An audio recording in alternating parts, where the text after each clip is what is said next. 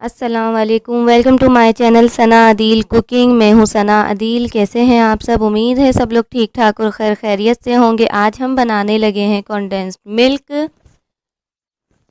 जो कि बिल्कुल बाज़ार जैसा बनेगा।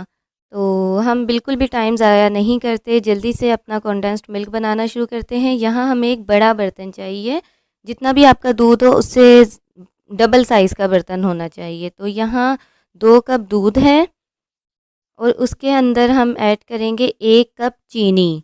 और दूध यहाँ मेरे पास जो गाढ़ा दूध होता है अच्छा वाला वो है। आपने पानी वाला जो दूध है वो बिल्कुल भी नहीं इस्तेमाल करना।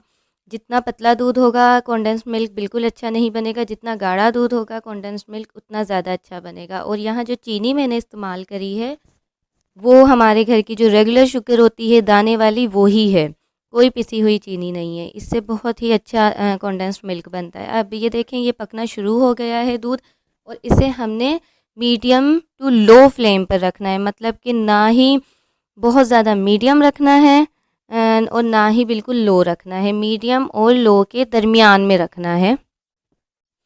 तो ये देखें जी ये बड़ा अच्छा सा पक रहा है, लेकिन हमें इसे अभी थोड़ी देर तक पकाना है। ये देखें ये अब जो है ना साइडों पे लग रहा है, तो हमें इसे चलाते रहना है। बीच में हम हाथ रोक भी सकते हैं, लेकिन इसे देखते रहना है ताकि चीनी नीचे ना लगे। चीनी नीचे लगेगी तो ये जल सकता है।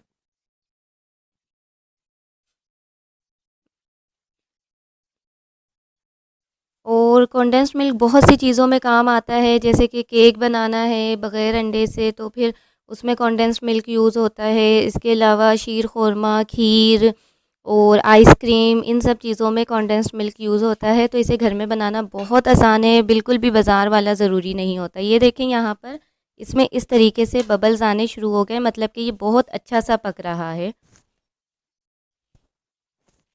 तो अभी आप लोगों के जैसे आप लोगों की पसंद हो आप उस हिसाब से गाढ़ा रख सकते हैं। ये अभी इतना ही हुआ है, लेकिन मुझे इससे थोड़ा और ज़्यादा गाढ़ा बनाना है, तो मैं इसको मज़ीद थोड़ी देर और पकाऊंगी।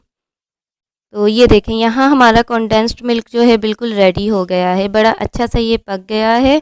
अब हमने इसे और ज़्यादा नहीं पकाना, अगर इससे ज़्यादा पकाएंगे तो ये जल भी सकता है। तो इसे हमने इसी तरीके से और इतना ही पकाना है। ये देखें ये बड़ा अच्छा सा गाढ़ा हो गया है। ये जब ठंडा हो जाएगा तो ये और गाढ़ा हो जाएगा, इससे ज़्यादा हम इसे गाढ़ा नहीं करेंगे। तो चलें जी मैं इसे आपको डिश आउट करके फिर दिखाती हूँ ठंडा करके। यहाँ ये देखें हमारा कंडेंस्ड मिल्क बिल्कुल रेडी है, और ये देखें बहुत ही अच्छा सा गाढ़ा हो गया है, जैसे कि बाज़ार में कंडेंस्ड मिल्क मिलते हैं बिल्कुल उसी तरीके से। और इसका टेस्ट भी बहुत अच्छा होता है। तो आप लोग अपने घर में बनाएं, ट्राई करें, मुझे कमेंट्स में बताएं, वीडियो को लाइक करें, शेयर करें, चैनल को सब्सक्राइब करें, मुझे दुआएं दें, अपना ख्याल रखें। अल्लाह हाफिज़।